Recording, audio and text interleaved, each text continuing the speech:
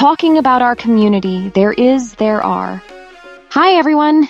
Today, we'll learn how to use there is and there are to talk about problems and needs in our community. Let's begin. Grammar explanation. Use there is for one thing, singular. Use there are for two or more things, plural. Let's look at how we use this for real situations. Real community examples. There is a lot of trash on the street. We must clean it. We can ask for more trash bins. There is only one streetlight on this road. It's too dark. We must ask the city for more lights. There are many trees and a playground in the park. It's a great place to relax. Community problem plus solution.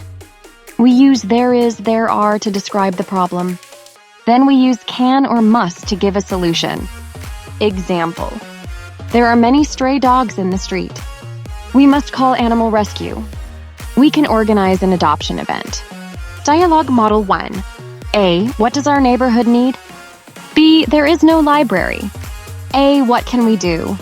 B. We must ask for one. We can write a letter to the mayor. Dialogue Model 2. Or what's the problem here? B. There are too many potholes. A. We must report them. B. We can also collect signatures from neighbors.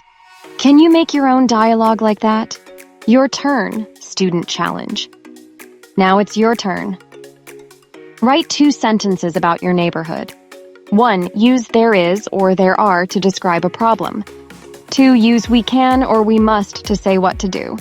Bring your ideas to class and share them with your friends. Great job today!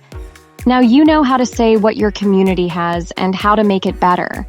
Thanks for watching. See you next time.